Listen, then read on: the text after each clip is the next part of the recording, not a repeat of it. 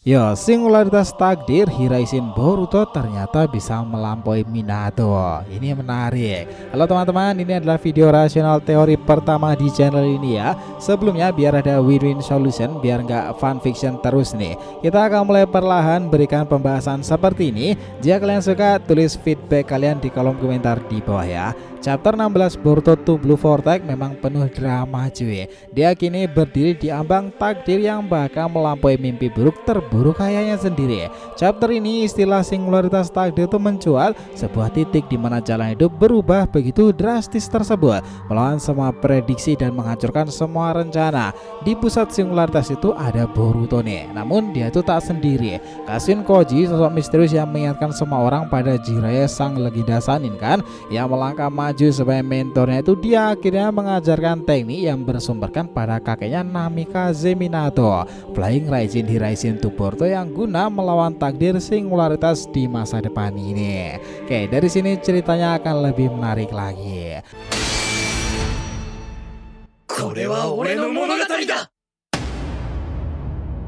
Halo teman-teman, selamat datang lagi nih di channel Boruto Saga to Blue Vortex. Nah, di video ini kita akan berikan analisis pembahasan ya, teori terbaru dan review dari Boruto to Blue Vortex, era Shinobi, era Shinjuga maupun Otsutsuki dari data manga aslinya sendiri. Nah, jika kalian suka silahkan aktifkan notifikasi loncengnya ya. Let's go, kita mulai.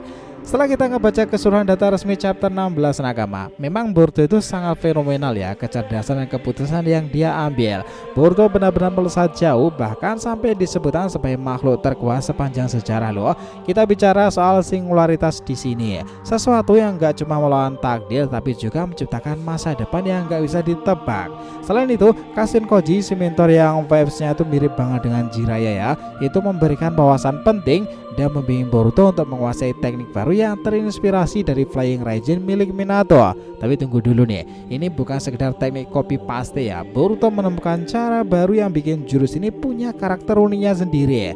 Jika kalian ingat kalau Minato pakai segel untuk teleportasi, Boruto justru memakai alat ninja yang susah diisi cakra. Canggih banget kan? Tapi jangan dikira ini gampang loh. Boruto harus latihan keras dan fokus luar biasa, karena kesalahan sedikit saja bisa bikin dia teleport ke tempat yang salah. Itulah kenapa kuncinya di sini dia menggunakan salah satu yang bersumberkan dengan logam.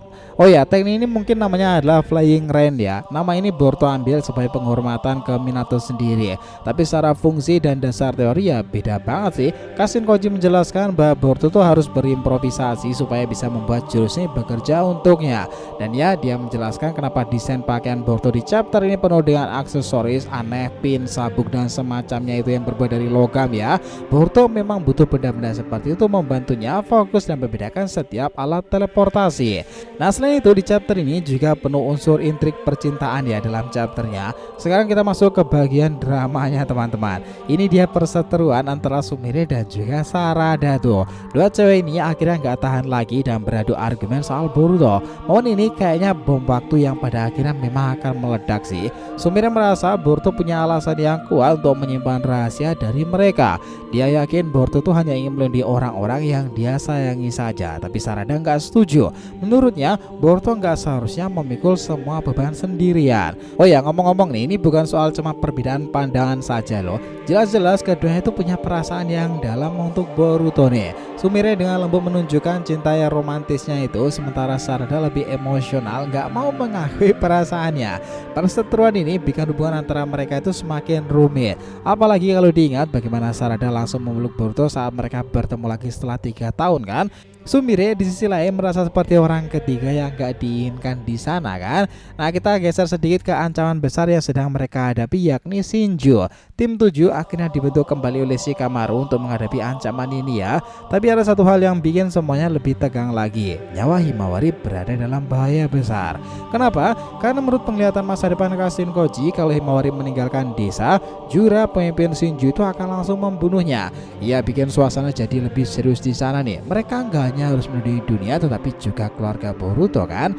Ngomongin soal Jura, dia adalah karakter terkuat sejauh ini dari Ego Jubi ya.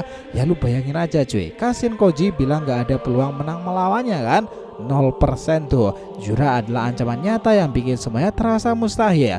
Tapi lucunya Jura ini punya rasa ingin tahu yang aneh loh. Dia nggak akan langsung menghancurkan Konoha karena tertarik dengan budaya manusia itu, terutama perpustakaan mereka. Ini bikin situasi jadi lebih rumit dan nggak tertebak kan. Nah, sekarang kita masuk ke tema besar yang menyelimuti cerita ini, singularitas dan juga teknologi. Boruto dan Kawaki itu melambangkan perubahan besar yang datang begitu cepat ya, hingga masa depan jadi nggak bisa diprediksi.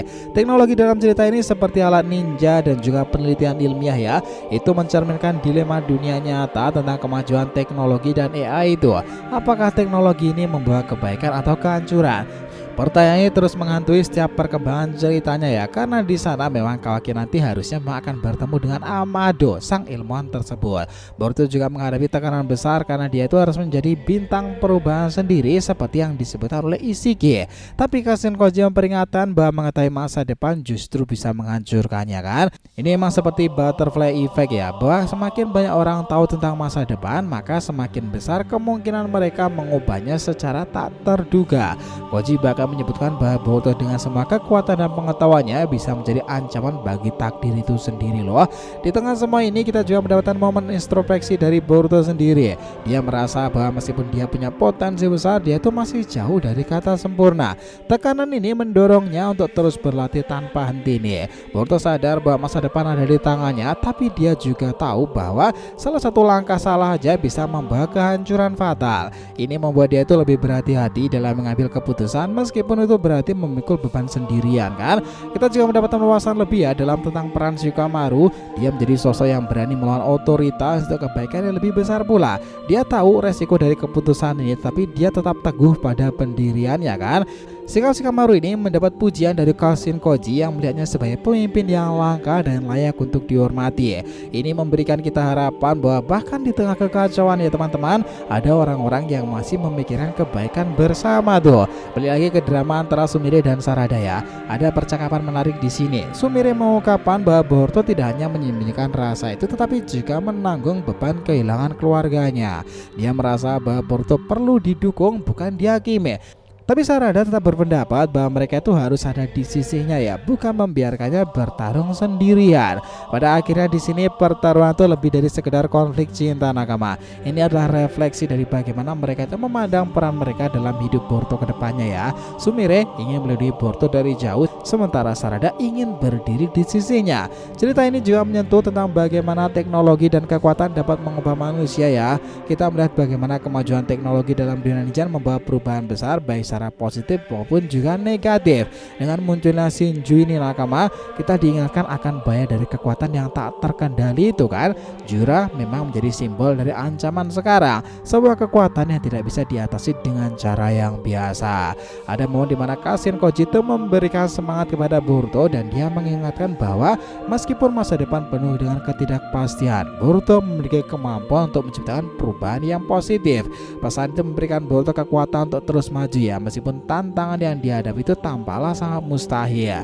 Dia tahu bahwa dia itu harus melawan takdir, bukan hanya untuk dirinya sendiri tetapi juga untuk orang-orang yang dia sayangi kan. Di sisi lain nakama, kita juga melihat bagaimana Sumire dan Sarada itu mulai memahami perasaan mereka sendiri. Ini adalah perjalanan emosional yang membuat mereka itu tumbuh sebagai karakter tersebut nih. Sumire akhirnya menyadari bahwa dia itu tak ingin dilihat hanya sebagai teman sekelas itu. Dia ingin Boruto melihat siapa dirinya sebenarnya, seseorang yang mampu mendukungnya di saat-saat sulit sekalipun. Nah, Sarada meskipun lebih keras kepala juga mulai menerima bahwa dia itu peduli pada Boruto lebih dari sekedar teman kan. Ini adalah perkembangan karakter yang membuat hubungan mereka semakin kompleks lagi nakama. Nah, kembali lagi kepada adegan para Shinju itu ya. Shikamaru mengambil langkah besar dengan membentuk kembali tim 7. Dia tahu bahwa dia itu adalah langkah yang beresiko, tetapi dia percaya pada kemampuan tim 7 untuk menghadapi langkah tersebut. Dengan bantuan Kashin Koji, Shikamaru juga mendapatkan informasi penting tentang pergerakan musuh. Ini memberi keunggulan strategis yang dia butuhkan untuk melawan Jura dan Shinju lainnya loh. Di sisi lain teman-teman, Himawari tetap menjadi simbol harapan dan resiko yang besar nih. Perlindungan terhadapnya menjadi prioritas utama karena masa depan terikat erat dengan keselamatan dunia sendiri kan. Jadi selain itu, setelah Shikamaru mengirim Sarada Mizuki Konohamaru ke desa Sunagakure, mereka akhirnya bersiap untuk menghadapi dua lawan yang akhirnya sudah muncul, Ryu Egojubi dan juga Matsuri Egojubi nih. Nah, kedepannya kami pikir ceritanya bakalan lebih seru lagi sih jika Matsuri bertemu Konohamaru, apalagi dia ada target incaran ya kan. Selain itu jelas ini mohon mendebarkan bagi Konohamaru yang sudah diberitahu Boruto sebelumnya jika Matsuri itu diambil dari cakra rekan terdekatnya sendiri, Moegi Kazamatsuri. Sekarang nakama, sebagai kesimpulannya memang penggambaran bagaimana Boruto ini menjadi pusat perubahan yang tidak dapat diprediksi ya. Ia bukan hanya melawan musuh di medan perang, tetapi juga melawan nasib yang berusaha mengurungnya dalam skenario tak terhindarkan dalam ego Jupiter tersebut. Boruto sedang berada di ambang transformasi besar kan sekarang ini, tapi akankah ia akan berhasil melampaui takdirnya sendiri, atau apakah dia akan menjadi pion lain dalam permainan besar ini para Shinju dan tentunya Jura itu sendiri. Nah, itu menarik untuk kita nantikan bersama. Semangat nakama semuanya. Jadi terima kasih ya telah nonton Boruto ini sampai akhir.